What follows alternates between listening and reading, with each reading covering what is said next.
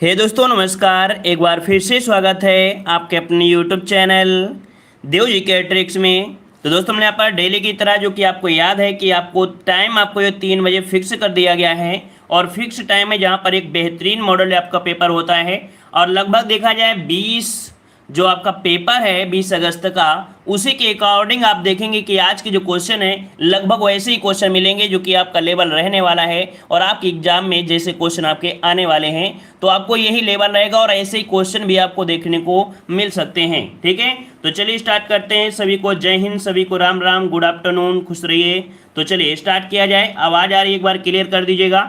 और आज शायद यूट्यूब में कोई समस्या है, प्रॉब्लम है, जिसकी वजह से जो आपकी वीडियो है अपलोड नहीं हो पा रहे हैं और ये हमारे साथ नहीं है, सभी के साथ हो रहा है ना। जितने भी वीडियो आपके हैं क्लासें लगभग सभी की चल रही हैं। हमारी भी क्लासें मॉर्निंग में सभी चली थी लेकिन वो दिखाई आपको नहीं दे रही हैं, अपलोड नहीं हुई है। तो आप लोग यहाँ कम्युनिटी जो आपका होता है ना, प्लेलिस्ट के बगल में कम्युनिटी होता है, पोस्ट जो होता है उसी पर आप लोग देख लीजिए, वहाँ पर सभी आपकी हो जाएंगी, शेयर की गई हैं। ठीक है ना, तो प्लेलिस्ट के बगल में जो आपको ऑप्शन होता है उसी में देख लीजिएगा। ठीक है, तो चलिए सभी को जय हिंद, सभी को वंदे मातरम। चलिए आवाज़ आ रही, एक बार क्लियर कर दीजिएगा। चलिए बहुत अच्छे, वेरी गुड। चलिए आवाज़ आ रही है, क्लियर है ना? चलिए आवाज़ आ रही है, चलिए आवाज़ आ रही है, सबको मिल पा रही है।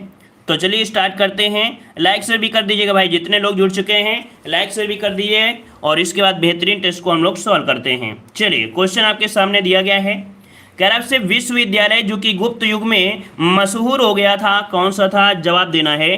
तो चलिए काफ़ी लोग जवाब दे रहे हैं यहाँ पर सी नंबर। तो चलिए बिल्कुल जवाब सही है। याद रखिएगा कि यहाँ पर नालंदा विश्वविद्यालय, कौन? तो आपके गुप्त वंश के शासक कुमार गुप्त जो कि महेंद्र आदित्य ने नालंदा विद्यालय की स्थापना की थी। तो यहाँ पर ऑप्शन कौन सा हो जाएगा आपका? C number. ये जो आपका था ये बौद्ध धर्म की शिक्षा के लिए प्रसिद्ध केंद्र माना जाता था। ठीक है ना, तो ऑप्शन क्या बनेगा यहाँ पर? सी नंबर राइट हो जाएगा। अगर आपसे ये पूछे कि नालंदा विश्वविद्यालय को नष्ट किसने किया था या लूटा था किसने, तो आपके बख्तियार खिलजी ने, याद रखिए, इसको लूटा था और इसके पुस्तकालय में आग लगा दिया था। तो ऑप्शन क्या हो जाएगा आपका? सी नंबर राइट हो जाएगा। क्लियर हो गया है? चलिए और आगे बढ़ते हैं भाई। लाइक शेयर की संख्या बढ़ाइएगा, ठीक है, थोड़ा लाइक करिए, थोड़ा मोटिवेट करिए। तो चलिए यहाँ पर देखो दिया है बाबर की मृत्यु कहाँ हुई थी, 2 का ऑप्शन देना है। तो देखिए 2 का ऑप्शन क्या बनेगा यहाँ पर? याद रखिएगा कि बाबर की मृत्यु आपकी हुई थी कहाँ पर? आपके आगरा में। ठीक है, कहाँ पर हुई थी? आपके आगरा में, क्योंकि ये नहीं पूछा गया है। आप लोग यहाँ पर जवाब दे रहे हैं क्या? ए नंबर, बी नंबर कोई दे रहा है, कह रहे मृत्यु कहाँ हुई थी, ये पूछा है। ये नहीं पूछ रहा है कि इसका मकबरा कहाँ पर है, ये नहीं पूछा है, ये पूछा है इसकी मृत्यु कहाँ हुई थी। तो भैया आगरा में हुई थी। जल्दीबाजी में क्वेश्चन को गलत मत करिएगा, ठीक है। और अगर पूछे मकबरा इसका कहाँ बना है ना, तो याद रखिए फिर वो आपके काबुल में है। ठीक है, क्लियर है ना। प्रारंभ में क्या हुआ था, इसके जो डेड बॉडी है, अर्थात कह सकते हैं कि प्रारंभ में इसे आगरा में आराम बाग में ही दफनाया गया था, लेकिन बाबर की अंतिम इच्छा थी कि इसके जो आपका कह सकते हैं जो मतलब है वो आपकी काबुल में ही दफनाया जाए। तो इसकी अंतिम इच्छा के अनुसार कह सकते हैं कि काबुल में ये दफना दिया गए थे बाद में। ठीक है, चलिए आगे बढ़ते हैं। क्वेश्चन आपसे दिया है कि अकबर के द्वारा बनाए गए उपासना भवन का क्या नाम था। तो चलिए यहाँ पर बताइएगा अकबर के द्वारा बनाए गए उपासना भवन का नाम। 3 नंबर में ऑप्शन क्या बनेगा? तो याद रखिए इबादत खाना था। क्या याद रखिएगा? 3 का ऑप्शन आपका सी हो जाएगा, इबादत खाना, जो कि आपके 1575 में, कब? 1575 में फतेहपुर सीकरी में इबादत खाने की स्थापना की थी, जिसमें सभी धर्म के जो बुद्धिजीवी थे और आपके अनुयायी थे वो आकर अपने विचार यहाँ पर आपस में बांटते थे, है ना। सभी धर्मों के लिए ये आपका खुला हुआ था। याद रखिए ऑप्शन सी हो जाएगा। आगे बढ़ते हैं। क्वेश्चन आपसे दिया है चौथ क्या है, जो बताइएगा चौथ क्या होता है। यहाँ से भी क्वेश्चन आपके बन सकते हैं। तो चलिए चौथ क्या है, यहाँ पर देखो दिया है औरंगजेब द्वारा लगाया गया एक धार्मिक कर, ये तो आपका होगा नहीं। शिवाजी द्वारा लगाया एक मार्ग कर, तो आपका देखो मार्ग कर दिया गया है। अकबर द्वारा वसूल किया जाना, अकबर से कोई लेने देना है नहीं है। यहाँ पर एक पड़ोसी राज्यों पर शिवाजी द्वारा लगाया गया भूमि कर, यहाँ पर ऑप्शन जो बनेगा डी नंबर आपका राइट हो जाएगा। ठीक है ना, क्लियर हो गया है। तो इसको डी लगाइएगा, बी मत लगाइएगा। ठीक है, चलिए आगे बढ़ते हैं। क्वेश्चन दिया गया है निम्नलिखित में से कौन विदेशी यात्री सबसे पहले भारत आया था। यहाँ पर 5 का जवाब लॉक करिए, कौन सा ऑप्शन राइट हो जाएगा। तो चलिए यहाँ पर विदेशी यात्री सबसे पहले भारत, तो आपका देखो आपका जवाब है यहाँ पर ह्वेनसांग, मेगस्थनीज, इत्सिंग और आपका फायन। फायन तो होंगे नहीं ना, ह्वेनसांग थे, अब आपके पास है इत्सिंग और आपका मेगस्थनीज। तो यहाँ पर याद रखिए ऑप्शन आपका बनेगा बी नंबर मेगास्थनीज। याद रखिए कि आपके मेगास्थनीज कुल मिला के कह सकते हैं कि यूनानी शासक जो आपके थे सेल्यूकस निकेटर, उन्होंने अपने राजदूत के रूप में मेगास्थनीज को चंद्रगुप्त मौर्य के दरबार में भेजा था। इन्होंने एक पुस्तक लिखी थी आपकी इंडिका, है ना, जो कि मूल रूप से आपके उपलब्ध नहीं है। तो यहाँ पर ऑप्शन बी नंबर ये आपके सबसे पहले आए थे। ठीक है, आगे बढ़ते हैं। क्वेश्चन दिया गया है कि भारत में प्रकाशित होने वाला प्रथम समाचार पत्र का नाम बताना है। भारत में प्रकाशित होने वाला प्रथम समाचार पत्र इनमें से कौन सा हो जाएगा? तो चलिए, द कलकत्ता क्रॉनिकल ये तो आपका नहीं है, द बंगाल गजट, और यहाँ पर देखिए डी वाला कह रहा है द बंगाल गजट। कौन? तो यहाँ पर द बंगाल गजट का आपका है, ऑप्शन बनेगा आपका डी नंबर, ये राइट हो जाएगा, है ना। ये आपके 1766 में विलियम बुल्स द्वारा एक समाचार पत्र प्रकाशित हुआ था।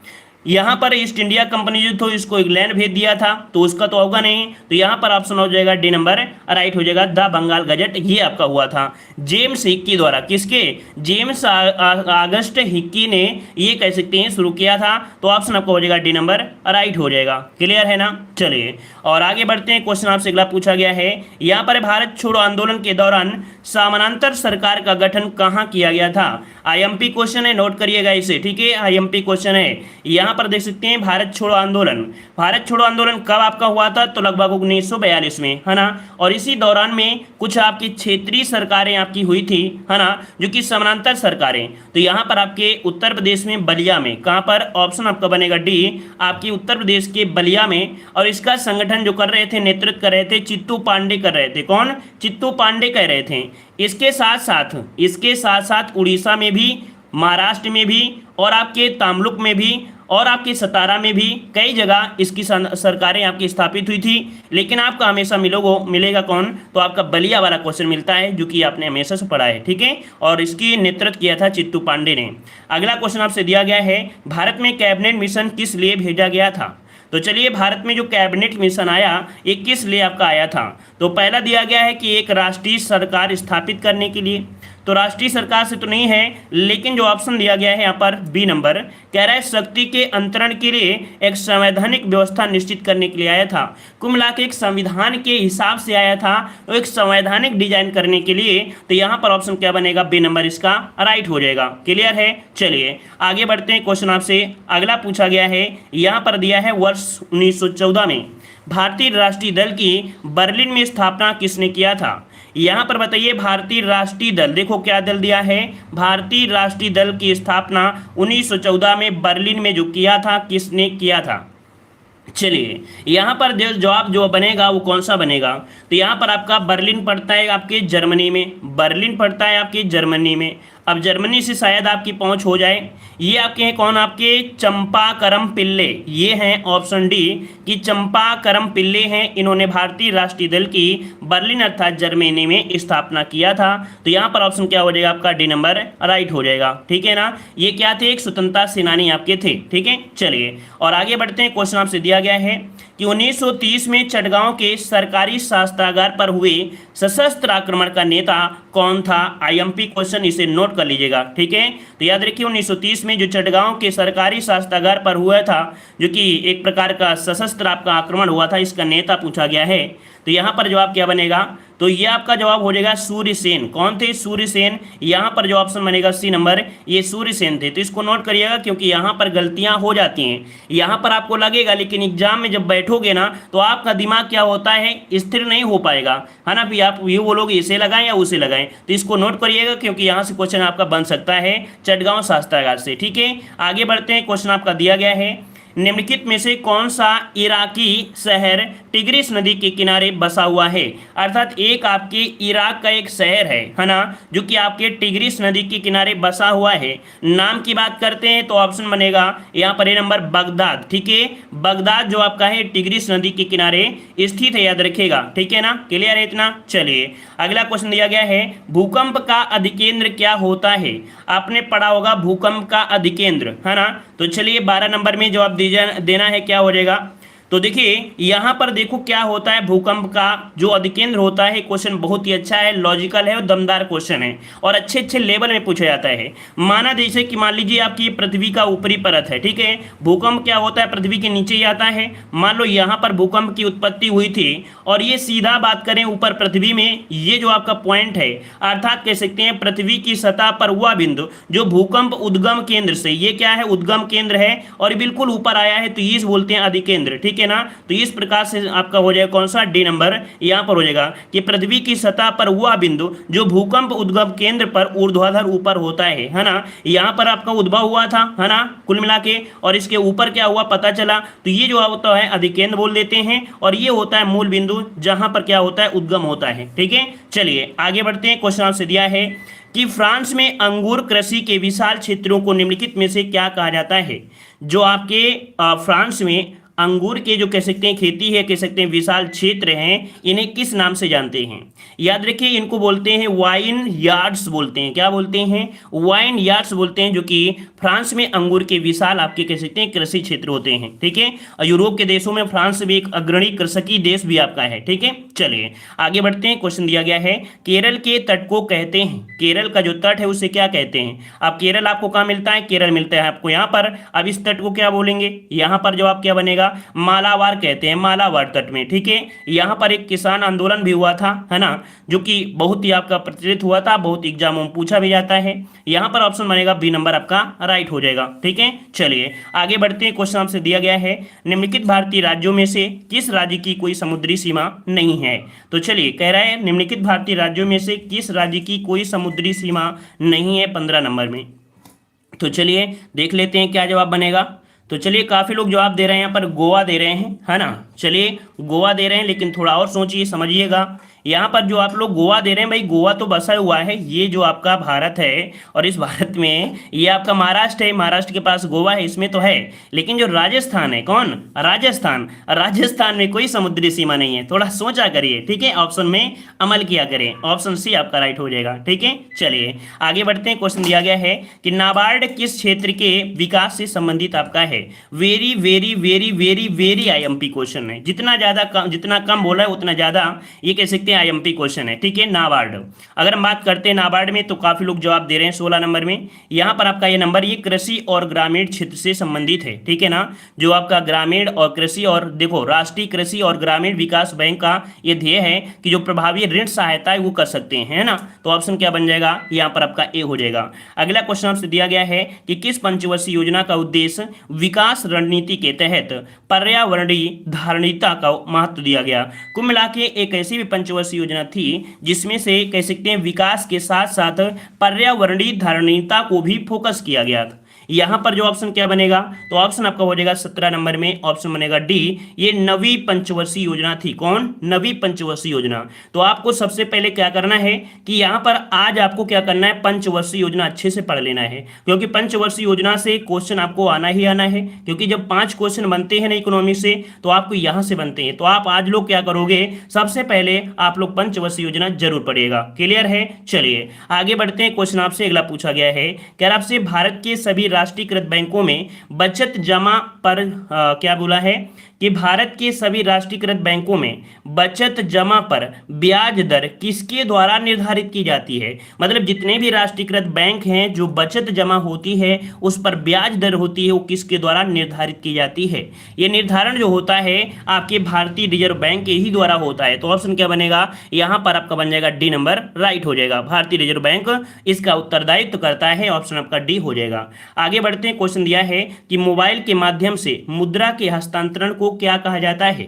तो चलिए मोबाइल के माध्यम से आपके यहाँ पर क्या हो रहा है, हस्तांतरण आपका हो रहा है ना। तो इसे आप लोग क्या करेंगे, तो यहाँ पर होता है IMPS। आपने सुना होगा, मोबाइल एक ऐप भी है IMPS।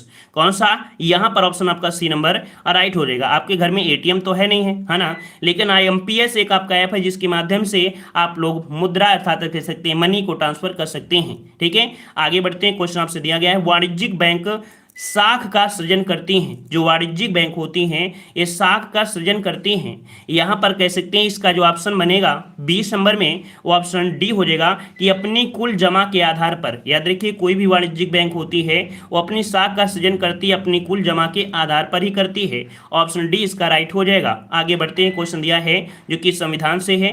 कह रहे निम्नलिखित में से कौन संसदीय सरकार की अतुलनीय विशेषता है। निम्नलिखित में से कौन संसदीय सरकार की अतुलनीय विशेषता है, यहाँ पर बताइएगा।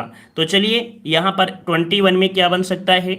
यहाँ पर देखिए 21 में जो दिया गया है संसदीय सरकार की अतुलनीय विशेषता है संविधान का लचीलापन, कार्यपालिका और विधायिका का संलयन। देखो यहाँ पर संसदीय सरकार दिया है ना, तो यहाँ पर आप लोग संविधान के लचीला में मत आ जाइएगा। यहाँ पर 21 का ऑप्शन बी हो जाएगा कि जो कार्यपालिका है और आपकी विधायिका इसका क्या है, तो आपका संलयन है। क्या है इसका संलयन कह सकते हैं। इस विशेषता में कार्यपालिका का निर्माण विधायिका के अंदर से ही होता है और कार्यपालिका का जो लोकप्रिय सदन है अर्थात लोकसभा के प्रति सामूहिक रूप से उत्तरदायी होती है। तो इस कारण से यहाँ पर ऑप्शन क्या बनेगा, बी नंबर। काफी अच्छा है, समझने वाला क्वेश्चन है। आगे बढ़ते हैं, क्वेश्चन दिया गया है निम्नलिखित में से किस राज्य को अनुच्छेद 239 के का और 240 में संशोधन के बाद बनाया गया।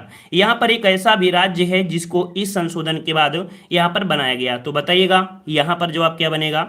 तो 22 का ऑप्शन बनेगा आपका अरुणाचल प्रदेश। कौन है, तो ये अरुणाचल प्रदेश है जो कि आपके 239 का और 240 में संशोधन के बाद ये बनाया गया था। ऑप्शन क्या बन जाएगा यहाँ पर आपका ए नंबर। अच्छा ये कब हुआ था, तो याद रखिए यहाँ पर आपका जो आपका 22 का आपका ये है नेफा, अर्थात कह सकते हैं आपके 1972 तक आपका नेफा के नाम से भी जाना जाता था। ठीक है, अरुणाचल प्रदेश को 1972 तक नेफा के नाम से जाना जाता था। इसे 1972 से 75 तक क्या हुआ, केंद्र शासित का दर्जा भी दिया गया था। कब से, 72 से लेके आपके 75 तक इसे केंद्र शासित प्रदेश का दर्जा भी दिया गया था। और 1986 में अनुच्छेद 239 और 240 के संशोधन के बाद इसे अरुणाचल प्रदेश को पूर्ण राज्य का दर्जा दिया गया था। ये हिस्ट्री है इसके अरुणाचल प्रदेश को। तो आपको कभी पूछ सकता है कि नेफा किसे बोलते थे, तो आपके अरुणाचल प्रदेश को नेफा भी कहते थे। ठीक है, तो चलिए यहाँ पर देखो जो ये संशोधन हुआ था ये वाला, ये 1986 में हुआ था। कब हुआ था, 1986 में हुआ था, याद रखिएगा। बस इतना ही क्वेश्चन इससे है। और आगे आते हैं, सर्वोच्च न्यायालय के न्यायाधीशों के वेतन और भत्ते किस पर भारित होते हैं। जो सर्वोच्च न्यायालय के न्यायाधीश हैं उनके जो वेतन होते हैं, भत्ते होते हैं, ये कहाँ से दिए जाते हैं, कैसे क्या होता है। तो यहाँ पर आपका हो जाएगा सी नंबर, भारत की जो संचित निधि है। क्या, भारत की जो संचित निधि है, आर्टिकल नंबर 125 आपके दिया गया है, इसके अनुसार जो आपका बताया गया है। तो ऑप्शन आपका सी नंबर राइट हो जाएगा। जितने भी आपके कह सकते हैं उच्चतम न्यायालय हैं, ठीक है, उच्चतम न्यायालय हैं, उनके न्यायाधीशों के वेतन जो वगैरह होते हैं यहाँ से दी जाती है। ठीक है, और निर्धारण संसद के द्वारा करते हैं। ठीक है, निर्धारण करते हैं संसद के द्वारा, लेकिन दिया कहाँ से जाता है, तो भारत की संचित निधि से दिया जाता है। ठीक है, तो चलिए आगे बढ़ते हैं। क्वेश्चन दिया है कि राज्य विधान परिषद के कितने सदस्यों को विधानसभा द्वारा चुना जाता है। बताइएगा कि जो राज्य विधान परिषद के कितने सदस्यों को विधानसभा द्वारा चुना जाता है। तो यहाँ पर देखिए, यहाँ पर जो आपके 1/3 सदस्य हैं, कितने, 1/3 सदस्य जो आपके हैं वो आपके यहाँ पर विधानसभा द्वारा आपके चुने जाते हैं। तो इसका ऑप्शन बनेगा बी नंबर। एक आपका आर्टिकल है 171। कौन, आर्टिकल 171 में जो विधान परिषद के गठन है उसके बारे में पूरी तरीके से डिटेल में बताया गया है। 1/3 सदस्य जो आपके निर्वाचन होता है विधानसभा के सदस्यों द्वारा होता है, और 1/3 स्थानीय संस्थाओं जैसे नगर पालिकाओं से होता है, 1/12 शिक्षकों के माध्यम से जो आपके विद्यालय वगैरह हैं उनसे होता है, और 1/12 होता है जो बीए वगैरह होता है, उससे कम नहीं होना चाहिए, जो कि किसी भी विद्यालय से स्नातक किए होते हैं, और 1/6 आपको याद होगा कि राज्यपाल के द्वारा होते हैं। कुल मिला के इस प्रकार से निर्माण इसका होता है। ठीक है, आगे बढ़ते हैं। क्वेश्चन दिया है कि किसने भारत के संविधान को अर्धसंघीय रूप में वर्णित किया है। देखो बहुत ही अच्छा लेवल है, समझिएगा। आप ये मत समझिए कि बिल्कुल चटनी वाला लेवल आएगा, चटनी वाला लेवल भी नहीं रहेगा और ना ही बहुत कठिन भी रहेगा। तो यहाँ पर देखिए 25 वाला ऑप्शन जो बनेगा, यहाँ पर केसी व्हीलर, यहाँ पर कह सकते हैं कि भारत के संविधान को अर्धसंघीय रूप में वर्णित किया है, ये आपके केसी व्हीलर हैं। ऑप्शन बनेगा यहाँ पर आपका डी नंबर राइट हो जाएगा। ठीक है ना, कुल मिला के भारतीय संविधान का जो झुकाव है वो आपका एकात्मक के प्रति अधिक आपका है। ठीक है, आगे बढ़ते हैं। क्वेश्चन दिया है आपके समान विज्ञान का कि वसा में घुलनशील विटामिन इनमें से कौन से होते हैं। अब वसा में घुलनशील जो विटामिन होते हैं कौन कौन कौन से होते हैं। तो सिंपल सी बात है, अगर आपको इनमें से ये याद है तो आपको हो जाएगा। वसा में होते हैं कौन कौन से, देखो हमने बताया था कि यहाँ पर आपका ए बी सी डी और आपका ई और आपका के, इनमें से जो जल में घुलनशील होते हैं वो आपके होते हैं बी और सी। लेकिन अब 4 बच्चे हैं और 4 बच्चे कौन, ए डी ई के, ये जो आपके होते हैं आपके वसा में घुलनशील होते हैं। अब इनमें से जो आपका देख सकते हैं कि डी जो आपका है कैल्सीफेरॉल, फिर केरोटीन और आपका टेकोफोराल, इनमें से जो आपका जवाब बनेगा कौन सा बन सकता है। तो चलिए यहाँ पर 26 नंबर में जो ऑप्शन आपका आ रहा है कौन सा, इसका भी ए सी तो होगा नहीं, है ना, सी तो होगा नहीं क्योंकि जल में घुलनशील हो रहा था।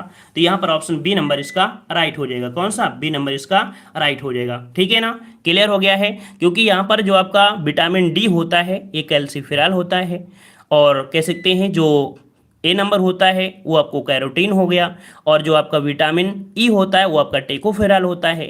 अतः आपका क्या बनेगा, बी नंबर आपका राइट हो जाएगा। ठीक है, चलिए अगला क्वेश्चन दिया गया है कि मानव शरीर में वसा का संचय कहाँ होता है। मानव शरीर में वसा का जो संचय होता है ये कहाँ पर होता है। तो आपके कह सकते हैं वसा ऊतक में होता है। कहाँ पर होता है, वसा ऊतक में होता है, वसा ऊतक में होता है। देखो कई प्रकार के वसा आपके होते हैं, तो इनमें से ऑप्शन क्या बन जाएगा, बी नंबर राइट हो जाएगा। ठीक है, जिनको हम लोग जिसे होती है ना वसा कोशिकाओं को बोलते हैं एपीपोटसम। ठीक है, तो इस प्रकार से हो जाएगा। आगे बढ़ते हैं, क्वेश्चन दिया गया है कि दो निकायों के बीच ऊष्मा के प्रवाह की दिशा किस पर निर्भर करती है। यहाँ पर दो निकाय हैं, इनके बीच की जो ऊष्मा है, इनकी प्रवाह है, वो किस दिशा पर निर्भर करती है। ये जो दिशा होती है किस पर निर्भर करती है। तो 28 का ऑप्शन सी हो जाएगा, अपने अपने तापक्रम पर। कुल मिला के यहाँ पर मान लीजिए एक क्षण ये है और एक क्षण आपकी यहाँ पर ये है, इसमें 100 डिग्री टेम्परेचर है, इसमें 90 डिग्री टेम्परेचर है। अब इसमें से ऊष्मा का प्रवाह कहाँ से होगा, तो 90 से 100 में थोड़ा जाएगा, यहाँ पर 100 से 90 की ओर जाएगा। तो जिसका ज़्यादा टेम्परेचर है वो दूसरे कम वाले को देगा। तो यहाँ पर हो जाता है अपने अपने तापक्रम पर निर्भर होता है। ठीक है, चलिए आगे बढ़ते हैं। क्वेश्चन दिया गया है, निम्न में से किस संदर्भ में गतिज ऊर्जा का उपयोग कार्य क्षमता के रूप में होता है। गतिज ऊर्जा का उपयोग कार्य क्षमता में होता है, ये आपके कह सकते हैं किसमें। तो देखते हैं गतिज ऊर्जा को कार्य क्षमता, और गतिज ऊर्जा में की अगर बात करते हैं कार्य क्षमता में, तो ऑप्शन में देखते हैं, ऑप्शन में दिया गया है गतिज ऊर्जा को कार्य क्षमता में।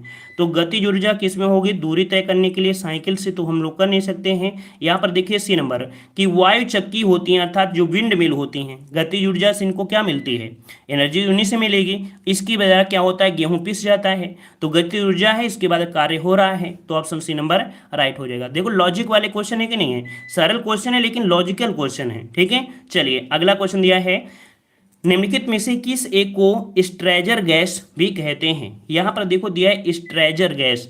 स्ट्रेजर गैस किसे कहते हैं, तो यहाँ पर जो ऑप्शन सी है जीनान गैस। कौन है, जीनान गैस को कह सकते हैं कि एक अपरिचित गैस भी कहते हैं। ठीक है, इसे क्या बोलते हैं, स्ट्रेजर गैस मतलब क्या होता है, अपरिचित गैस। तो जीनान गैस को अपरिचित गैस कहते हैं। यह अक्रिय गैस है और वायु से अधिक भारी भी होती है, वायु से अधिक भारी होती है। ठीक है, तो चलिए आगे बढ़ते हैं। क्वेश्चन आपसे दिया गया है सामान्य हिंदी का, कह रहे पित्राज्ञा शब्द का सही संविच्छेद क्या हो जाएगा। पित्राज्ञा शब्द का सही संविच्छेद इनमें से क्या हो जाएगा। तो 36 का ऑप्शन लॉक करिए जल्दी से, क्या हो जाएगा, पितृधन आज्ञा, है ना, पितृधन आज्ञा, जो कि एक यण संधि बनेगा। तो यहाँ पर ऑप्शन क्या बन जाएगा, सी नंबर आपका राइट हो जाएगा। और कैसा है, ये आपका यण संधि के आपका अंतर्गत आपका आता है। ठीक है, चलिए आगे बढ़ते हैं। क्वेश्चन आपसे दिया है, अनस्वर शब्द के लिए एक वाक्य बताइए। अनस्वर किसे कहते हैं, अनस्वर किसे कहते हैं। तो यहाँ पर देखें नष्ट होने वाला, नष्ट होने वाला तो आपका यहाँ पर नहीं है, ना नष्ट होने वाला, है ना। अनस्वर जो होता है, देखो नस्वर मतलब नष्ट हो जाना, और अनस्वर मतलब क्या होता है, नष्ट ना होने वाला, है ना। तो यहाँ पर ऑप्शन आपका सी हो जाएगा। अब क्या होता है कि हम लोगों ने हमेशा क्या पढ़े हैं, नस्वर पढ़े हैं, और आपने भी पढ़ा होगा। तो नस्वर मतलब नाश कर दिया, लेकिन उसमें आ जोड़ दिया मतलब अनस्वर, तो इसका मतलब हो जाएगा कि नष्ट ना होने वाला। क्लियर है, चलिए आगे बढ़ते हैं। षट पद का पर्यायवाची है, चलिए बताइएगा कि षट पद का पर्यायवाची इनमें से क्या बन जाएगा। तो चलिए यहाँ पर तितली है, भ्रमर है, मकड़ी है और आपका केकड़ा है। 38 का ऑप्शन यहाँ पर बनेगा बी, यहाँ पर भ्रमर हो जाएगा। क्या षटपद बोलते हैं आपके, भ्रमर का पर्यायवाची होता है। षटपद मतलब होता है 6 पैर, इसके 6 पैर होते हैं, इसलिए क्या बोलते हैं, इसे षटपद कहा जाता है। ठीक है, चलिए अगला दिया गया है, नीचे दिए गए शब्दों में जिसकी वर्तनी शुद्ध है वो आपका कौन सा है। शुद्ध वर्तनी यहाँ पर आपको बताना है, सही जवाब इनमें से क्या हो जाएगा। तो यहाँ पर देखो दिया गया है पूजनी, तो गलत दिया गया है ना। अंतर्धान होता है क्या, अंतर्ध्यान नहीं है, यहाँ पर ध्यान नहीं होता है, अंतर्धान होता है ना। अंतर्धान कैसे, तो यहाँ पर आपका जैसे ये दिया है ना, तो ये जो या है या प्रयोग आपका नहीं होता है, अर्थात ये भी गलत दिया है। फिर इसके बाद जो दिया है अभ्यारण्य है ना, क्या दिया गया है, यहाँ पर अभ्यारण्य दिया गया है। तो कुल मिला के अभ्यारण्य, कुल मिला के अभ्यारण्य सही है, देख लीजिए थोड़ा सा अभ्यारण्य। अच्छा अभयारण्य, यहाँ पर देखिए जो आपका दिया गया है अशुद्ध, मतलब अंतर्ध्यान और अभयारण्य क्या होता है, इसका होता है अभयारण्य होता है, क्या होता है, अभयारण्य होता है। शुद्ध आप लोग सर्च करेंगे तो आपको मिलेगा अभयारण्य, क्या क्या मिलेगा, अभयारण्य मिलता है, इस प्रकार से लिखा होता है, ठीक है, ऐसे लिखा होता है। तो यहाँ पर जो ऑप्शन है कौन सा, जागृति, जागृति वाला आपका सही हो जाएगा, ठीक है ना, इसको इस प्रकार से लिखा होता है, ठीक है, इसका ऑप्शन बनेगा ए नंबर। आगे बढ़ते हैं, क्वेश्चन दिया गया है कवि का स्त्रीलिंग कौन सा है, कवि का स्त्रीलिंग क्या हो जाएगा। तो कवि का स्त्रीलिंग आप सभी लोग जानते हैं, कवि का होता है कवित्री, क्या होता है, कवि का कवित्री होता है। तो यहाँ पर ऑप्शन कौन सा दिया गया है, यहाँ पर ऑप्शन आपका ए नंबर राइट हो जाएगा, ठीक है। चलिए आगे बढ़ते हैं, क्वेश्चन आपसे अगला पूछा गया है समसमय की आपकी करंट अफेयर के हैं। देखिएगा क्वेश्चन का लेवल कैसे क्वेश्चन आपके दिए गए हैं। कह रहा आपसे NMPV और किसने हाल ही में भारत में औषधि पौधों और जड़ी बूटियों की खेती और उत्पादन देने के लिए समझौता ज्ञापन पर हस्ताक्षर कर दिया गया है। कुल मिला के अब जो आपकी खेती कुछ होनी है ना, वो आपके NMPV और किसने हाल ही में किया है, तो ये समझौता हुआ है। इस समझौते में जो हुआ है क्या, किसके साथ, तो आपके CSIR और आपके NBRI के मध्य समझौता हुआ है, जिसके तहत जो आप कह सकते हैं कि औषधि पौधे होंगे, जड़ी बूटियों की क्या होगी, खेती होगी, उत्पादन के लिए समझौता हुआ है। मतलब कह सकते हैं कि ये जो आपका दिया गया है इसको बोलते क्या हैं, राष्ट्रीय वनस्पति अनुसंधान संस्थान, क्या बोलते हैं इसे, राष्ट्रीय वनस्पति अनुसंधान संस्थान और राष्ट्रीय औषध पादप बोर्ड, ठीक है, कौन कौन, तो राष्ट्रीय औषधि अनुसंधान वनस्पति अनुसंधान और राष्ट्रीय औषधि पादप बोर्ड ने हाल ही में भारत में औषधि पौधों को और जड़ी बूटी पौधों पर कह सकते हैं समझौता ज्ञापन किया है। तो इस प्रकार से ऑप्शन सी नंबर राइट हो जाएगा। अच्छा क्वेश्चन था, बस ये शॉर्टकट में दिया है इसलिए आप कंफ्यूज हुए होंगे। चलिए आगे बढ़ते हैं, क्वेश्चन दिया है कि हाल ही में किसने भारत के बुजुर्गों के लिए SGI कार्यक्रम और SAGI कार्यक्रम अर्थात पोर्टल लॉन्च किए गए हैं, है ना, यहाँ पर 52 नंबर में।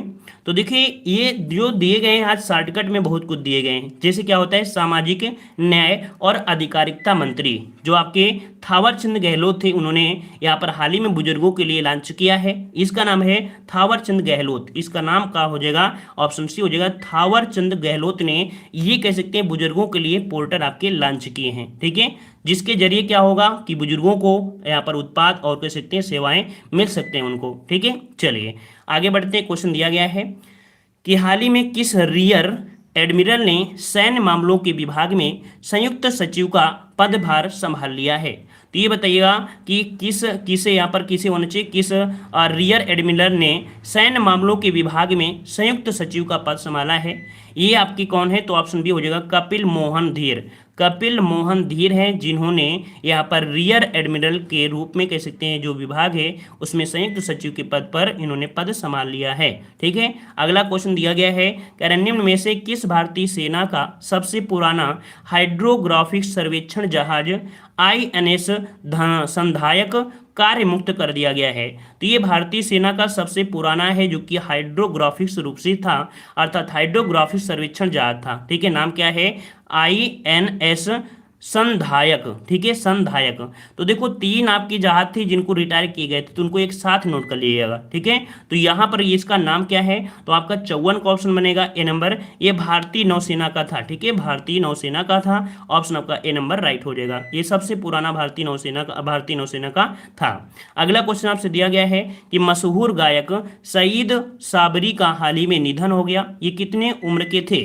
तो यहाँ पर देखिए 55 नंबर में ऑप्शन बी हो जाएगा, ये आपके 85 वर्ष के थे, कितने, 85 वर्ष के थे। तो यहाँ पर ऑप्शन बी नंबर राइट हो जाएगा। ये आपके देखो आपने एक नाम सुना होगा कि उन्होंने एक बॉलीवुड में काम भी किया था, सिर्फ तुम फिल्म में, ठीक है, कौन, सिर्फ तुम, एक मूवी आपने देखा होगा सिर्फ तुम, फिल्म में एक मुलाकात जरूरी है सनम, और हिना फिल्में देर ना हो जाए सुपरहिट गीतकार आपके थे। ठीक है, ये तो आपने सुन लिया होगा, सनम देर ना हो जाए, है ना। और ये जो गाने थे आपके इन्हीं के माध्यम से कह सकते हैं गाए गए थे, और कह सकते हैं राजस्थान के थे, ठीक है, गीतकार। तो इन्होंने नाम रोशन किया था, तो याद रहेगा। अब चलिए आगे बढ़ते हैं। क्वेश्चन आपसे दिया गया है कि हाल ही में किसने दिल्ली सरकार की घर घर राशन योजना पर रोक लगा दी। तो देख सकते हैं कि ये क्वेश्चन आपका बहुत ही हाईलाइट में रहा था, और उस समय जो आपके अरविंद केजरीवाल थे तो थोड़ा सा नाराजगी जताए थे जब उन्होंने दिल्ली सरकार के, केंद्र सरकार, जो दिल्ली सरकार के थे केजरीवाल, उन्होंने इस योजना के लिए मतलब जब बढ़ाए थे कदम, तो इसमें से जो आपकी केंद्र सरकार थी, है ना, केंद्र सरकार में आपने देखा होगा कि आपके जो प्रधानमंत्री मोदी जी हैं उन्होंने कहा था कि नहीं, ये योजना आप नहीं चला सकते हैं। क्यों? क्योंकि उन्होंने कहा था कि दिल्ली योजना थी, उन्होंने नहीं चाहते थे उनके नाम से, ये कुछ काफ़ी चर्चा में आपका आया था, है ना। तो आपकी केंद्र सरकार ने इस पर रोक लगा दिया था। ठीक है, चलिए और आगे बढ़ते हैं। क्वेश्चन दिया गया है, ममता बनर्जी ने टीएमसी पार्टी में किसे राष्ट्रीय महासचिव नियुक्त किया है। यहाँ पर 57 का जवाब देना है, 57 नंबर में यहाँ पर राइट क्या हो जाएगा। तो चलिए यहाँ पर ममता बनर्जी ने टीएमसी पार्टी में किसे राष्ट्रीय महासचिव नियुक्त किया है। तो 57 का ऑप्शन सी हो जाएगा। ये आपके अभिषेक बनर्जी हैं। कौन है? अभिषेक बनर्जी हैं। ऑप्शन बनेगा सी नंबर राइट हो जाएगा। ठीक है, और अगला क्वेश्चन दिया गया है कि हाल ही में रेलवे ने किस वर्ष तक विद्युतीकरण संतुलित ब्रॉड गेज रूट तैयार करने की योजना बनाई है। तो हमने बताया था कि जो रेलवे है अब पूरी तरीके से इलेक्ट्रिकल हो जाएगा, है ना। कोयला और पेट्रोल से जो आपकी ट्रेनें चलती थी अब वो आपकी नहीं चलेंगी। तो ये कब तक की घोषणा किया है? तो आपके 2023 में। तो ऑप्शन क्या बनेगा? बी नंबर आपका हो जाएगा। 2023 तक ये आपके रूट आपके कंप्लीट हो जाएंगे। कुल की 100% इलेक्ट्रिक ट्रेन आपकी चलने लगेंगी। ठीक है, और 2030 तक क्या हो जाएगा? 2030 तक देश भर में रेल की जो जीरो कार्बन हो जाएंगे, अर्थात रेल के माध्यम से कोई भी कार्बन आपका नहीं उत्पादित होगा, जो कि आपके 2030 तक ये लक्ष्य रखा गया है। 2030 तक कोई भी कार्बन नहीं होगा। ठीक है, चलिए आगे बढ़ते हैं। क्वेश्चन दिया गया है, निम्न में से किस सोशल मीडिया कंपनी ने अमेरिका के पूर्व राष्ट्रपति डोनाल्ड ट्रंप का अकाउंट 2 वर्ष के लिए सस्पेंड कर दिया है। मतलब अकाउंट दिया है ना, कह रहा है आपसे कि किस सोशल मीडिया कंपनी ने अमेरिका के पूर्व राष्ट्रपति डोनाल्ड ट्रंप का अकाउंट, है ना, अकाउंट 2 वर्ष के लिए सस्पेंड कर दिया है। तो आपने यहाँ पर देखा होगा कि आपका फेसबुक था। ठीक है, यहाँ पर ऑप्शन क्या बन जाएगा? फेसबुक। ये आपके 2 वर्ष के लिए सस्पेंड कर दिया है। ठीक है, जबकि डोनाल्ड ट्रंप ने फेसबुक की इस कार्यवाही को कह सकते हैं 7.5 करोड़ लोगों को बेइज्जती भी कह सकते हैं बताया था। तो इस प्रकार से ऑप्शन क्या हो जाएगा? ये नंबर आपका राइट हो जाएगा। ठीक है, और आगे बढ़ते हैं। क्वेश्चन आपसे अगला पूछा गया है कि अमेरिका की बाइडेन गवर्नर ने हाल ही में चीन की कितनी कंपनियों को बैन कर दिया है। तो देखो अमेरिका में इस समय किसका गवर्नमेंट है? आपके बाइडेन का है, क्योंकि वही आपके राष्ट्रपति हैं। इन्होंने यहाँ पर चीन की बहुत ऐसी कंपनी है जिनको बैन कर दिया है। ये आपकी कितनी? तो आपकी 28 कंपनियों को इन्होंने बैन कर दिया है। कितनी? 28 कंपनियों को इन्होंने बैन कर दिया है। ठीक है, चलिए आगे बढ़ते हैं। क्वेश्चन आपसे अगला पूछा गया है, कह रहे अर्थशास्त्र में नोबेल पुरस्कार की स्थापना किसके द्वारा की गई थी। तो चलिए यहाँ पर जवाब दीजिएगा कि अर्थशास्त्र में नोबेल पुरस्कार की स्थापना किसके द्वारा की गई। 61 का जवाब क्या बनेगा? तो याद रखिएगा यहाँ पर जो आपका बी है सेंट्रल बैंक ऑफ स्वीडन, है ना, क्योंकि अर्थशास्त्र के लिए आपका स्वीडन जिम्मेदार है। और यहाँ पर कह सकते हैं ऑप्शन क्या हो जाएगा? बी नंबर इसका राइट हो जाएगा। ठीक है ना, और इसके बाद आगे बढ़ते हैं। क्वेश्चन आपसे अगला पूछा गया है, सिटी ऑफ जॉय के लेखक कौन है। सिटी ऑफ जॉय के जो लेखक हैं वो आपकी कौन हो जाएंगे? 62 नंबर में लॉक करना है। अच्छी क्वेश्चन है, याद रखिए। ये आपके किसके? तो आपकी डोमिनिक लिपियरे। क्या है? डोमिनिक लिपियरे है इसके लेखक, जो मतलब कह सकते हैं सिटी ऑफ जॉय के लेखक हैं वो डोमिनिक लिपियरे हैं। ऑप्शन ए नंबर राइट हो जाएगा। ठीक है, और आगे बढ़ते हैं। क्वेश्चन आपसे अगला पूछा गया है कि निम्नलिखित में से किस पूर्व सेना प्रमुख को महावीर चक्र से 2 बार सम्मानित किया जा चुका है। यहाँ पर दे सकते हैं कि आपके पूर्व सेना प्रमुख हैं और इनको महावीर चक्र से 2 बार सम्मानित किया जा चुका है। किनको? तो आपके 63 का ऑप्शन सी हो जाएगा। ये आपके हैं जनरल जनरल एएस वाडिया।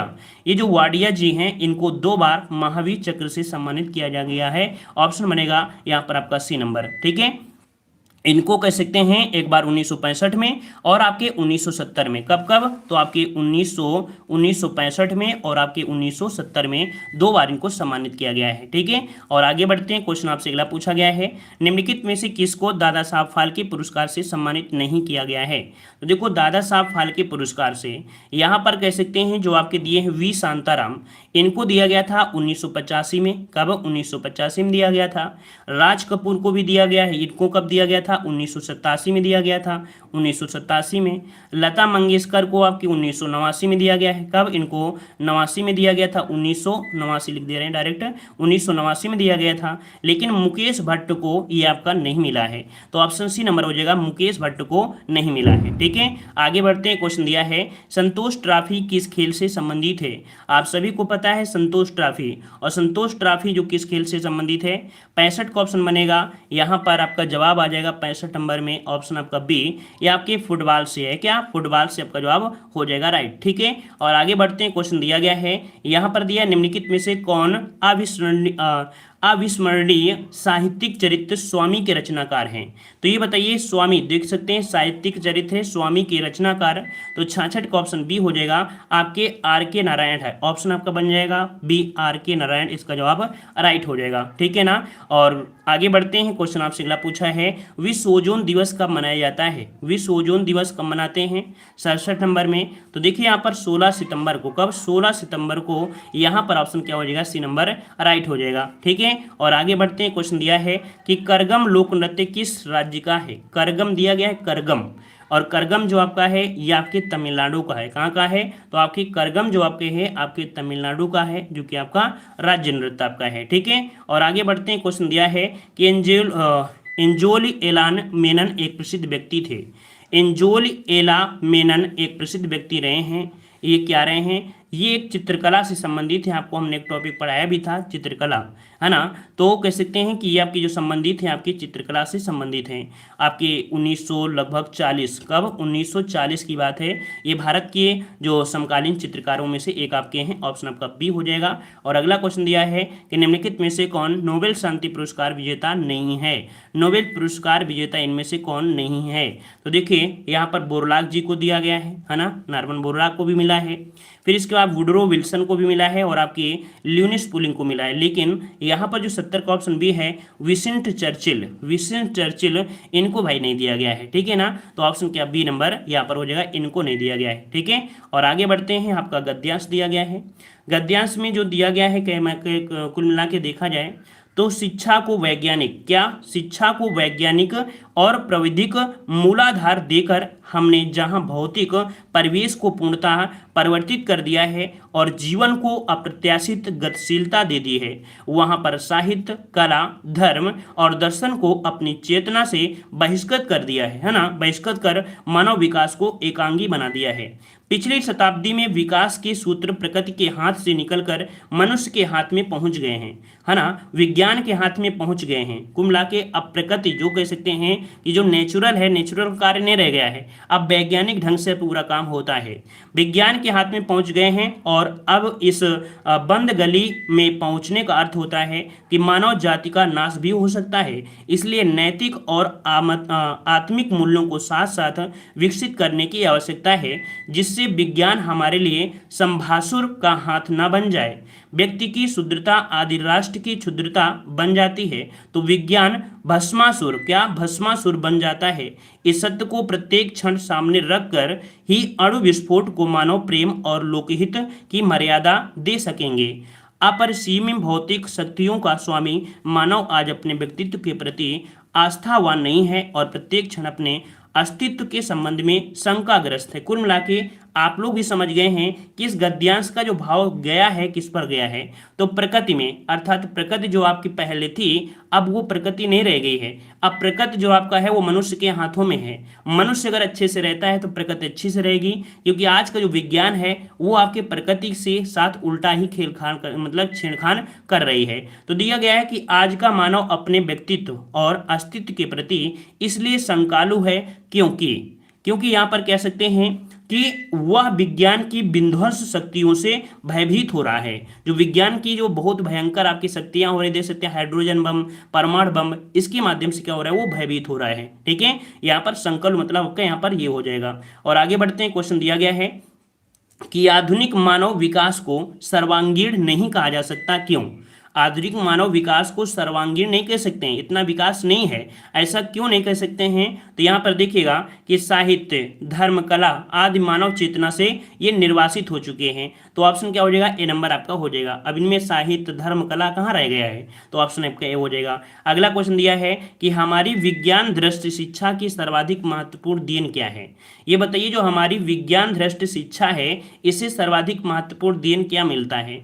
इनमें से देखिएगा, तो यहाँ पर पहला दिया है जीवन का एकांगी विकास, गतिशील जीवन और जीवन का अपरिसीमित। देखिए यहाँ पर सी नंबर, जीवन का अपरिसीमित जो भौतिक विकास हो रहा है, यहाँ पर ऑप्शन क्या हो जाएगा, सी नंबर हो जाएगा। विज्ञान के माध्यम से क्या हो रहा है, तो भौतिक विकास ही तो हो रहा है। जो चारों तरफ आपको दिखाई दे रहा है सब भौतिक ही है। और कैसा है, विकास अपरिसीमित है, कोई लिमिट आपका नहीं है। ठीक है, अगला दिया गया है कि अणु विस्फोट को मानवतावाद की मर्यादा देना तभी संभव है जब व्यक्ति की क्या हो जाए। देखो, अणु विस्फोट को मानवतावाद की मर्यादा देना तभी संभव है जब व्यक्ति की अब यहाँ पर पहला दिया है क्षुद्र भावनाओं को उन्नयन हो, उदात्त भावनाओं को विकसित किया जाए, क्षुद्रता को राष्ट्र की क्षुद्रता न बनने दिया जाए। तो देखिए ऑप्शन सी वाला कि यहाँ पर जो क्षुद्रता को राष्ट्र की क्षुद्रता न बनने दिया जाए, तो यहाँ पर ऑप्शन क्या हो जाएगा आपका, सी नंबर। जब व्यक्ति की ये आपका हो जाएगा तभी आपका ये संभव हो सकता है, मानवतावाद जो आपका होगा तभी आपका संभव हो सकता है। अगला क्वेश्चन आपसे दिया गया है कि मानव जीवन को भस्मासुर बनने से कैसे रोका जा सकता है? चलिए बताइएगा, मानव जीवन को भस्मासुर जानते हैं, खुद से ही भस्म हो गया था, है ना, खुद से ही भस्म हो गया था। वही चीज मानव जीवन में है। अगर ये प्रकृति के साथ छेड़छाड़ नहीं करेगा तो ये बचा रहेगा, और प्रकृति के साथ छेड़छाड़ करेगा तो भस्म भी हो जाएगा। तो यहाँ पर देखिए 75 वाले में क्या मिला है, काफी लोग जवाब देख लिए हैं कि नैतिक और आत्मिक जो मूल्यों को विकसित करके, अर्थात नैतिक जो आपके आत्मिक आपके इनको मूल्यों को विकसित कर दिया जाए तो भस्मासुर बनने से रोका जा सकता है। ठीक है, और आगे दिया गया है जो कि आपका गद्यांश है, वैज्ञानिक फिर से दिया है। देखो यहाँ पर दिया, वैज्ञानिक प्रयोग की सफलता ने मनुष्य की वृद्धि का अपूर्व विकास कर दिया है। द्वितीय महायुद्ध में एटम बम की शक्ति ने कुछ क्षणों में ही जापान की अजय शक्ति को पराजित कर दिया। इस शक्ति की युद्धकालीन सफलता ने अमेरिका, रूस, ब्रिटेन, फ्रांस आदि सभी देशों को ऐसे शस्त्रास्त्रों के निर्माण की प्रेरणा दी कि सभी भयंकर और सर्व विनाशकारी शस्त्र बनाने लगे। अब सेना को पराजित करने तथा शत्रु देश पर पैदल सेना द्वारा आक्रमण करने के लिए शस्त्र निर्माण के स्थान पर देश के विनाश करने की दिशा में शस्त्रास्त्र बनने लगे हैं। इस हथियारों का प्रयोग होने पर शत्रु देशों की अधिकांश जनता और संपत्ति थोड़े समय में ही नष्ट हो जाएगा। मतलब ऐसे ऐसे आपके आविष्कार हो गए हैं, है ना, कि जो जनता है और संपत्ति बहुत ही कम समय में क्या हो सकती है, नष्ट हो सकती है। ऐसे आपके हथियार आपके बने हैं। और चूंकि ऐसे शस्त्रास्त्र प्रायः सभी स्वतंत्र देशों के संग्रहालयों में कुछ ना कुछ आ गए हैं, अतः युद्ध की स्थिति में उनका प्रयोग भी अनिवार्य हो जाएगा, जिससे बड़ी जनसंख्या प्रभावित हो सकती है। इसलिए निशस्त्रीकरण की योजनाएं बन रही हैं। कुल मिला के अब जो युद्ध आपके बन गए हैं, परमाणु वगैरह बन गए हैं, तो उसके लिए क्या हो रहा है कि निशस्त्रीकरण योजनाएं बन रही हैं। शस्त्रास्त्रों के निर्माण की जो प्रक्रिया अपनाई गई है, उसी के कारण आज इतने उन्नत शस्त्रास्त्र बन गए हैं, जिनके प्रयोग से व्यापक विनाश आसन्न दिखाई पड़ता है। अब भी परीक्षणों की रोकथाम तथा बने शस्त्रों है ना, शस्त्रों हो गया, यहाँ पर शस्त्र होंगे, शस्त्रों का प्रयोग रोकने के मार्ग खोजे जा रहे हैं। इन प्रयासों के मूल में भयंकर आतंक और विश्व विनाश का भय कार्य कर रहा है। मतलब आप लोग समझ गए हैं इनमें से क्या बनेगा, है ना। तो देखिएगा कि इन पंक्तियों में कायर का अर्थ क्या है। तो चलिए यहाँ पर देखो, कायर मतलब क्या होता है 76 में यहाँ पर दिया गया है सहज या समझौतावादी, चालाक या आपका दुष्ट। तो याद रखिए इन पंक्ति में कायर मतलब कह सकते हैं समझौतावादी से होगा। ठीक है, समझौतावादी है। अगला दिया गया है कि इस गद्यांश का मूल तथ्य यहाँ पर क्या हो जाएगा, इस गद्यांश का मूल तथ्य इसमें से क्या बनेगा। तो पहला दिया है आतंक और सर्वनाश का भय, विश्व में शस्त्रास्त्रों क्या बोलते हैं, शस्त्रास्त्रों की होड़, द्वितीय विश्व युद्ध की विभीषिका और निशस्त्रीय और विश्व शांति। देखो इस गद्यांश में कहा गया है कि ठीक है आपने बना लिया है ना, इस गद्यांश में कहा गया है कि ठीक है आपने बना लिया है ऐसे आपके हथियार जो पल में लोगों को समाप्त कर सकते हैं, लेकिन इसके बाद ये भी बोला गया था कि अब उनको क्या कर सकते हैं, निशस्त्रीकरण की दिशा में खोज आपकी हो रही है कि इनको क्या किया जाए कि आपकी निशस्त्रीकरण किया जाए और विश्व शांति मिल सके। तो इस गद्यांश का मूल यही है कि पहले तो बना है लेकिन बाद में कहा गया है कि इनकी निशस्त्रीकरण और विश्व शांति पर प्रयास किए जा रहे हैं, यही तो बोला था। अगला आपसे दिया गया है कि बड़े बड़े देश आधुनिक विनाशकारी शस्त्र क्यों बना रहे हैं, इसका भी कारण क्या है, ऐसा क्यों बना रहे हैं। तो पहला दिया है अपनी अपनी सेनाओं में कमी करने के उद्देश्य। तो भाई कमी करने से मतलब थोड़ा है, इन्होंने ये थोड़ा सोचा है कि नहीं चलो यहाँ पर पहले लेबर जो थे गांव में मजदूर होते हैं, 10 लोग काम करेंगे, जेसीबी आ जाएगी तो एक ही काम कर लेंगे तो लेबर कम करना पड़ेगा, ऐसा तो नहीं ये सोच है कि हम सेना में भर्ती नहीं करेंगे, ऐसा तो नहीं है। अपने संसाधनों का प्रयोग करने के उद्देश्य से, अच्छा फिर अपना अपना सामरिक व्यापार बढ़ाने से, पारस्परिक भय के कारण। देखिए ऑप्शन डी हो जाएगा कि पारस्परिक भय के कारण, क्योंकि सेना भी बना लेंगे और भी कई चीजें बना लेंगे, लेकिन जब दूसरों देशों के पास ऐसे हथियार हैं कि पल भर में सेना और उस देश का विनाश हो सकता है, तो मतलब यहाँ पर भय ही तो है, भय ही तो है, भय ना होता तो फिर दिक्कत ना होती। तो यहाँ पर ऑप्शन डी पारस्परिक भय के कारण यहाँ पर आपका बनेगा। ठीक है, आगे बढ़ते हैं। क्वेश्चन आपसे दिया गया है कि आधुनिक युग भयंकर व विनाशकारी होते हैं क्योंकि। तो चलिए यहाँ पर बताइए आधुनिक युग भयंकर व विनाशकारी होते हैं ऐसा क्यों है, 79 में देखेंगे। तो दिया है दोनों देशों के जो शस्त्रास्त्र इन युद्धों में समाप्त हो जाते हैं। तो ऐसा तो नहीं होता है कि दोनों देश के समाप्त हो जाएं, किसी के बचते हैं किसी के नहीं बचते हैं, ऐसा है ना, तो इसको हम लोग नहीं कह सकते हैं। फिर कह रहे हैं अधिकांश जनता और उनकी संपत्ति नष्ट हो जाती है। जी हाँ, बी वाला ऑप्शन बनेगा, क्योंकि जो आधुनिक युग की जो आपके शस्त्र बने हैं उनके माध्यम से क्या होती है, अधिकांश जनता भी चली जाती है, उनकी संपत्ति भी नष्ट हो जाती है। तो इसका ऑप्शन बी नंबर राइट बन जाएगा। अगला क्वेश्चन आपसे दिया गया है कि भयंकर विनाशकारी आधुनिक शस्त्रास्त्रों को बनाने की प्रेरणा किसने दी थी। ये बताइए ये लोग बना रहे हैं ऐसा क्यों है, क्यों बनाने मतलब इनको मजबूर होना पड़ा, इनको बनाना पड़ा, ऐसा क्या कारण हो गया। तो कह रहे हैं अमेरिका ने दिया, अमेरिका की विजय ने दिया, जापान पर गिराए गए अणु ने। तो देखो एक पॉइंट आपने ध्यान दिया होगा कि इनको डर लग रहा था, क्या अब इनमें क्या हुआ कि डर हो गया है, तभी तो बनाए जा रहे हैं, सब देश बना रहे हैं, डर की वजह से बना रहे हैं। और डर कौन गया, तो जापान जब गिराया गया अणु बम है, और अणु बम से देखा जाए जापान में आज भी आपको कई प्रकार की समस्याएं मिलती हैं, तो डर गया है ताकि अगर मान लो हमारे पास है तो दूसरा यहाँ पर होगा, हम डाल देंगे तो वो भी डर जाएगा और वो भी डरेंगे, तो एक दूसरे में क्या हो गए, डर गए हैं। तो डरने की वजह से अर्थात कह सकते हैं जापान पर गिराए गए अणु बम ने ही यहाँ पर कह सकते हैं कि आधुनिक प्रकार के जो आपके शस्त्र बन रहे हैं उनको प्रेरणा मिली है जापान पर गिराए गए अणु बम से, है ना। और आगे देखते हैं, आगे नहीं है भैया, 80 क्वेश्चन आपके थे, बस इतनी आपके थे। ठीक है, तो कुल मिला के आज की टेस्ट में हमने यहाँ पर गद्यांश को भी बड़े आराम से और पूरी क्लास को बिल्कुल आराम से यहाँ पर पढ़ाया भी है। और आज जो हमारी अगली क्लास 3:45 में थी तो वो हमने यहाँ पर नहीं लगाया है, थोड़ा लाइट की समस्या है। दूसरी यहाँ पर आपके यूट्यूब में भी बहुत बड़ी समस्या है कि आज जो वीडियो हो रहे हैं, हमने क्लास लिया था मॉर्निंग में 10 बजे की भी क्लास लिया है, 10:45 की भी क्लास लिया था और 11:20 की भी लिया है, तो एक ही वीडियो अपलोड हुआ है। अभी 2 जो वीडियो हैं अभी कोमा में चले गए हैं। कोमा मतलब क्या है, अभी अपलोड नहीं हुए हैं। तो आज यूट्यूब में हमारा ही नहीं है, यूट्यूब में सभी चैनल में कम से कम 50% से 60% वीडियो कोमा में चले गए हैं, वो 12 घंटा बाद बाहर निकल कर आएंगे। ठीक है ना, मतलब कह सकते हैं ये अपलोड जो होंगे 12 घंटे बाद होंगे।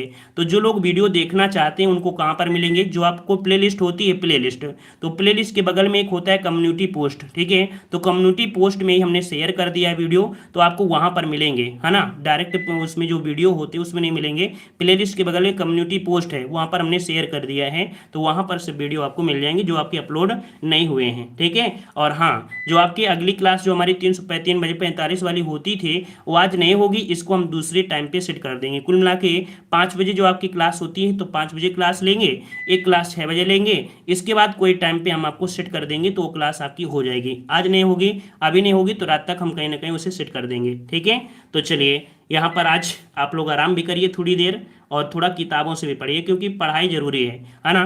काफ़ी लोग यहाँ पर कमेंट आ रहे थे सर एडमिट कार्ड आ गया है ना, काफ़ी लोगों के अभी कमेंट आ रहे थे सर एडमिट कार्ड आ गया है, अब भाई एडमिट कार्ड तो दिखाई दे नहीं रहा है हमें, तो क्या बोलते साइट पे देखा, चेक भी किया, तो वहाँ पर एडमिट कार्ड तो हमें नहीं दिखाई पड़ा है। और जब तक साइट में नहीं आएगा तो इससे फिर क्या फ़ायदा, उठ पटांग हो जाए गलती फिर दोबारा से कि जल्दबाजी में कोई गलत न्यूज आ जाए। तो जब एडमिट कार्ड आ जाएगा उसमें तभी आपको ये सूचना दे दी जाएगी। ये तो हम टेलीग्राम पे सीधा सीधा डाल देंगे, ठीक है। चलिए, अच्छा एक गाना कह रहे हैं, एक गाना अच्छा कह रहे हैं एक गाना सुना दीजिए, एक मुलाकात है। वो क्वेश्चन नंबर आपका 55 था, क्वेश्चन नंबर वो 55 था, जिसमें कहा था कि एक जापान के मशहूर गायक थे सईद साइबरी, उनका निधन हो गया है 85 वर्ष की उम्र में। और उन्होंने बॉलीवुड में एक काम है जो सिर्फ तुम फिल्म में एक मुलाकात जरूरी है सनम, और हिना फिल्म में देर ना हो जाए देर ना हो जाए, ये सुपरहिट गीत उन्होंने ही कह सकते हैं कि गाया है, राजस्थान के नाम रोशन किया है, जो कि निधन हो गया है। क्वेश्चन नंबर हमने जो आपका 56 बताया था। बस इतना ही बोल सकते हैं। और आप लोग गाना सुन लीजिएगा, मोबाइल में ऑन करिएगा और इसके बाद सुन लीजिएगा, ठीक है। तो अच्छा गाना है, सबको अच्छा लगता है, ठीक है। तो चलिए आज की क्लास यहीं रखते हैं, लाइक शेयर करिएगा। और जो क्लासें आपको नहीं मिली हैं वो हमारे कह सकते हैं टेलीग्राम पे मिल जाएंगी, पीडीएफ भी आपको टेलीग्राम पे मिल जाएंगी, ठीक है। धन्यवाद। हम लोग 5 बजे हमारी मुलाकात आपसे होगी, अब आपको 5 बजे होगी, ठीक है। धन्यवाद। जय हिंद, वंदे मातरम।